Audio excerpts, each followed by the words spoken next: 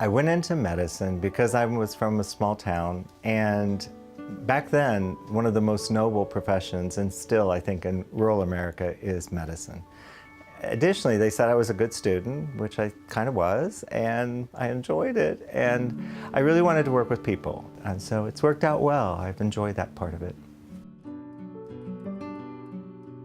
My current job at Ohio State is a combination of teaching, family medicine residents, geriatric fellows, medical students, meetings.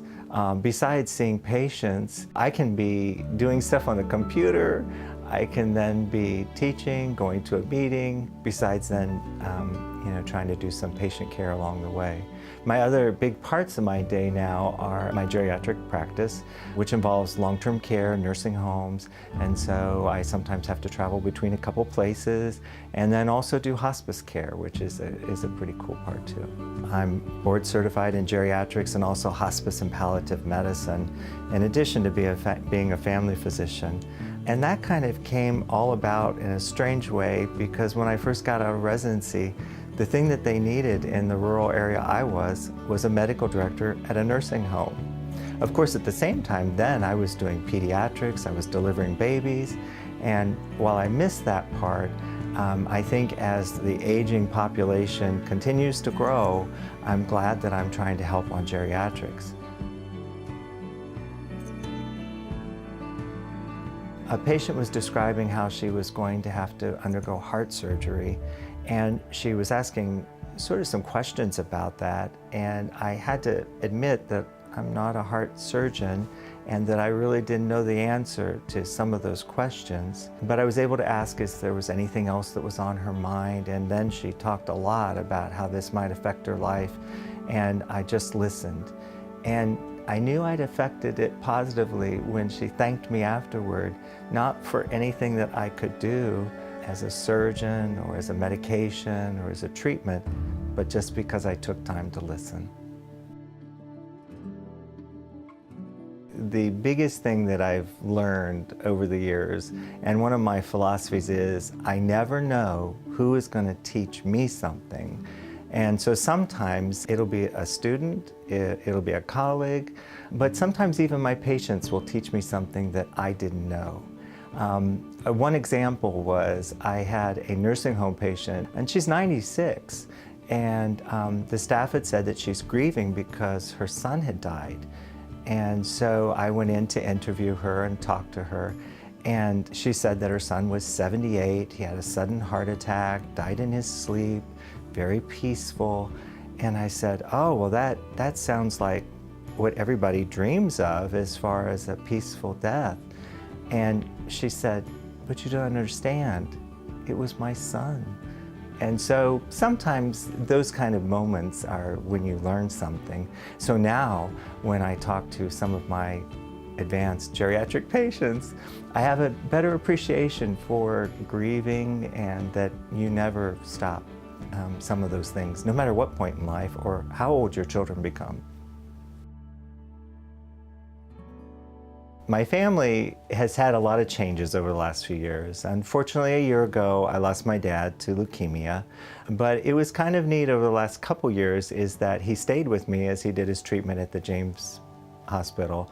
And so we had additional time to kind of do father-son things, which was kind of cool. My mom, unfortunately, is in the nursing home with Alzheimer's. Sometimes she remembers me, sometimes not, but working as a geriatrician, I understand that and just go with where she's at. She really liked my cookies that I took her the last time.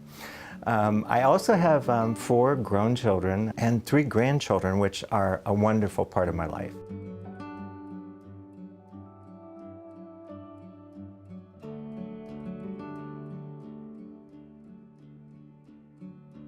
One of the biggest things I did in the last month that was fun was to go to the zoo with all of my grandkids and play with my 3-year-old grandson. He's probably the most active. So that was really fun. Other things that I do in my spare time, I cycle. The best thing for me in an afternoon when I want to relax is a 25-mile ride down the Olentangy Trail with the sun shining. And the other thing that I did this year that was fun was I joined the Columbus Gay Men's Chorus as a bass and enjoyed music and singing with that group. So my vision as president would be to continue to support all of our members as we go through this major practice transformation and also all the legislation that's still up in flux, and to try to help them as we do that. My other vision is, of course, the end game is to improve patient care and healthcare in America. And then my final thing is to support our family physicians better.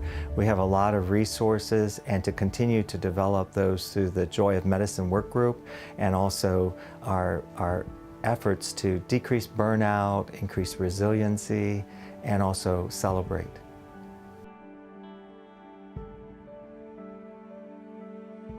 I think the thing that the membership can most do during this year to help me as I'm president is, most of all, to be thinking of what I'm missing. Sometimes when you get in this position, you just may not see everything, and so I think the membership will be able to, call my attention to something that really needs to be, brought forward. Also, I think they'll keep me honest, about what are the real issues.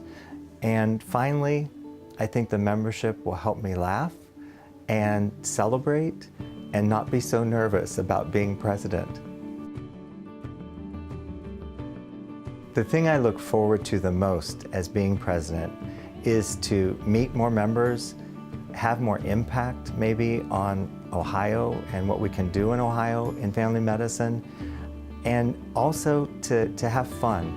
I really think that we need to continue to celebrate what our members are doing, and also cheer, toast, laugh, and that's what I look forward to.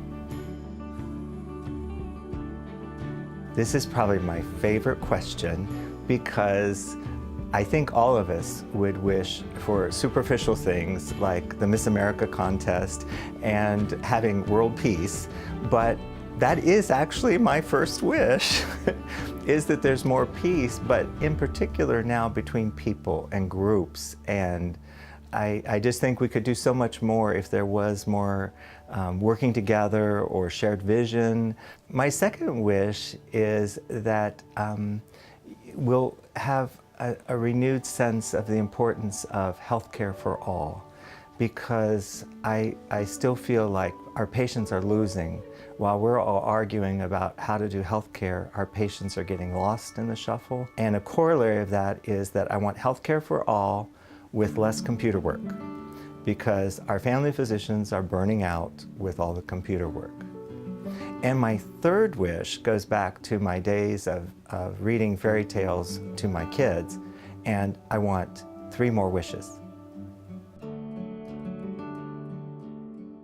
I started with the Academy answering an ad for representing our Academy at the Special Constituencies Conference. At the time, I had gone through a big change in my life and discovery, and actually had to realize that here I was in a small town, and actually had come out as gay, which was a challenge for me. And the Academy was there emphasizing the importance of special constituencies.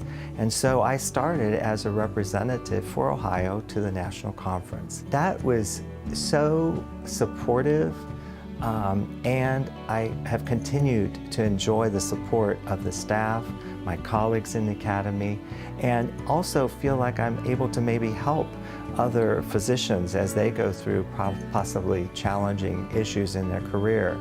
So that's how I started. Then I went from there to liking these people.